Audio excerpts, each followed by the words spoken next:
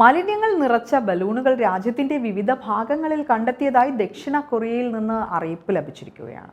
മനുഷ്യ വിസർജ്യം ഉൾപ്പെടെയുള്ള മാലിന്യങ്ങൾ വഹിച്ച 260 ബലൂണുകളാണ് കണ്ടെത്തിയിരിക്കുന്നത്. ഉത്തര കൊറിയയിൽ നിന്നുള്ളതാണ് ഈ ബലൂണുകൾ എന്നാണ് അതിർത്തി പ്രദേശങ്ങളിൽ താമസിക്കുന്ന ദക്ഷിണ കൊറിയൻ ജനങ്ങൾക്ക് അധികൃതർ മുന്നറിയിപ്പ് നൽകിയിരിക്കുന്നത്. വെള്ള നിറത്തിലുള്ള പ്ലാസ്റ്റിക് ബലൂണുകളും അതിൽ ഘടിപ്പിച്ച പ്ലാസ്റ്റിക് ബാഗുകളും തുടരുതെന്നും സൈന്യം ജനങ്ങൾക്ക് മുന്നറിയിപ്പും നൽകിയിരിക്കുകയാണ്.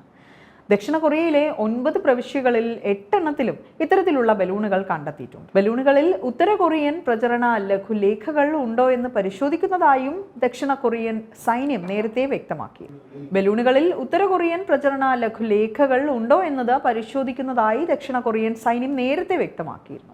ദക്ഷിണ കൊറിയൻ ആക്ടിവിസ്റ്റുകൾ പ്രവിശ്യകളിൽ ലഘുലേഖയും മറ്റു മാലിന്യങ്ങളും ഇടയ്ക്കിടെ വിതറുന്നുണ്ടെന്നും ഇതിന് പ്രതികാരം ചെയ്യുമെന്നും ഉത്തര കൊറിയ നേരത്തെ അറിയിച്ചതുമാണ്. ഇങ്ങനെ പറഞ്ഞ ദിവസങ്ങൾക്ക് ശേഷമാണ് ഈ സംഭവം നടന്നിരിക്കുന്നത്. വീടിന് പുറത്തിറങ്ങരുതെന്ന് സിയോളിന്റെ വടക്ക് ഭാഗത്തും അതിർത്തി പ്രദേശത്തും താമസിക്കുന്നവർക്ക് അധികാരികൾ മുന്നറിയിപ്പും നൽകിയിരിക്കുകയാണ്. അജ്ഞാത വസ്തുക്കൾ ശ്രദ്ധയിൽപ്പെട്ടാൽ അടുത്തുള്ള സൈനിക കേന്ദ്രത്തിൽ അറിയിക്കാനും അവർ നിർദ്ദേശം നൽകിയിട്ടുണ്ട്.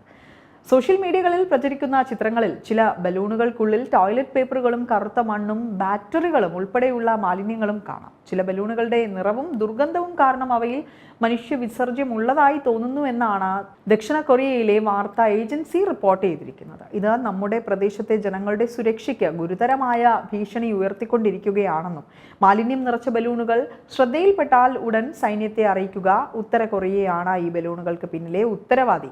മനുഷ്യരഹിതവും ക്രൂരവുമായ ഈ നടപടി ഉടനടി നിർത്താൻ ഞങ്ങൾ ഉത്തര കൊറിയയ്ക്ക് കർശന മുന്നറിയിപ്പ് നൽകുകയാണ് എന്നുമാണ് ദക്ഷിണ കൊറിയൻ സൈന്യം വ്യക്തമാക്കിയത്.